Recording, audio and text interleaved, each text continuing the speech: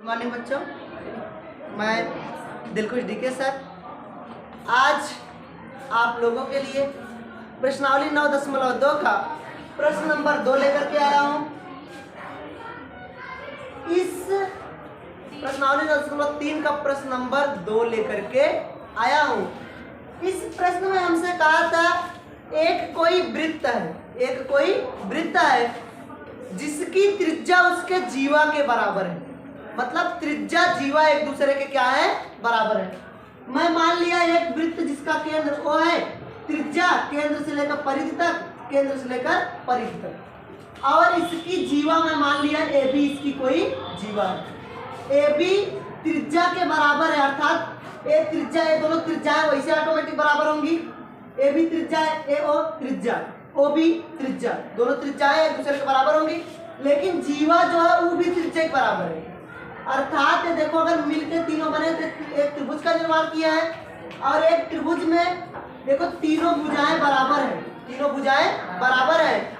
अर्थात यह एक समबाहु त्रिभुज है। समबाहु त्रिभुज होगा जिसकी तीनों भुजाएं बराबर होगा। कौन सा त्रिभुज होता है? समबाहु त्रिभुज। देखो यहाँ से त्रिभुज AOB में AB बराबर AO बराबर OB, तीनों आपस में बराबर है, क्योंकि ये दोनों त्रिज्याएं वैसे बराबर होंगी। ये जीवा को भी कहा था त्रिज्या के बराबर है। अगर तीनों पार्ट बराबर हो गए इसलिए एक समबाहु त्रिभुज होगा। कौन सा त्रिभुज होगा? इसलिए यह एक समबाहु त्रिभुज है, समबाहु त्रिभुज होगा। अब हमसे प्रश्न में कहा है एक कोई वृत्त है जिसका मान लिया मैंने केंद्र O है, जिसकी त्रिज्या उसके जीवा के बराबर है। तो वृत्त के लघु चाप का कोण और दीर्घ चाप का कोण ज्ञात कीजिए।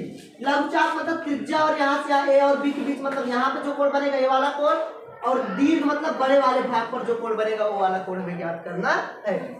लघु चाप पर बना कोण और दीर्घ चाप पर बना कोण हमें ज्ञात करना है। ए वाला कोण और ए वाला कोण ज्ञात करना है। अब अगर ये समबाहु त्रिभुज है तो हमें पता है जो समबाहु त्रिभुज जो चौरवा होता है इसके प्रत्येक कोण 60-60 अंश के होते हैं। समबाहु त्रिभुज के प्रत्येक कोण 60-60 अंश के होते हैं। अतः यहाँ से हम कोण O बराबर 60 अंश लिख सकते हैं। यहाँ से लिख सकते हो कोण O बराबर 60 डिग्री।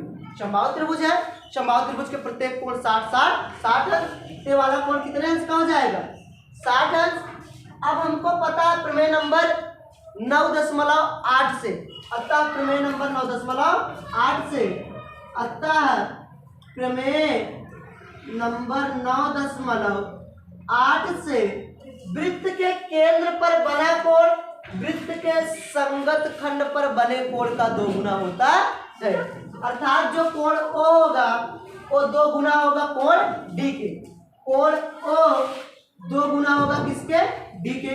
कोण O 2 गुना होगा कोण D के। केंद्र पर O बना है, OA 2 गुना होगा किसका? D का। केंद्र पर बना कोण किसी भी खंड पर बने कोण का 2 गुना होता है। तो कोण O होगा 2 गुना कोण D के।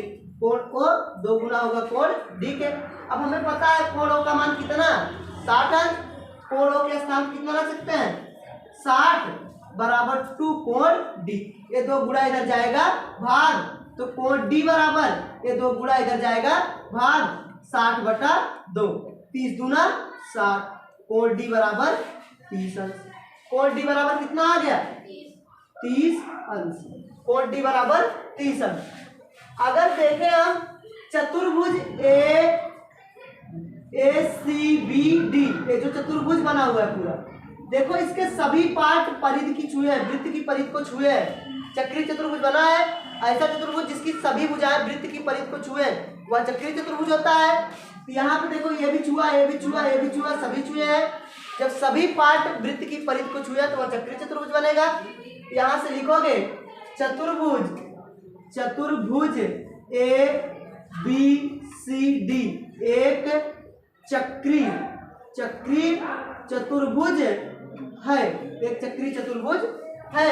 तो हमें पता है प्रमेय नंबर 9.10 से, प्रमेय नंबर 9.10 से, प्रमेय नंबर 9.10 से 10 यही कहती है किसी भी चक्री चतुर्भुज के सम्मुख कोणों का योगफल 180 अंश होता है।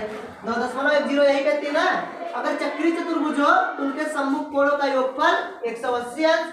तो चक्री चतुर्भुज ए बी सी डी, इनके सम्मुख कोण देखो सी और डी है, सी और डी को जोड़ोगे कितने के बराबर 180 अंश। तो कोण सी प्लस कोण डी बराबर 180 और डी बराबर हमें पता है 30, सी हमें ज्ञात करना है। तो कोण सी प्लस 30 बराबर 180, ये प्लस इधर जाएगा माइनस, कोण सी बराबर 180 माइनस 30, घटा दो कोण सी बराबर, यहाँ 0 में 0, 8 में 3, 5, 150।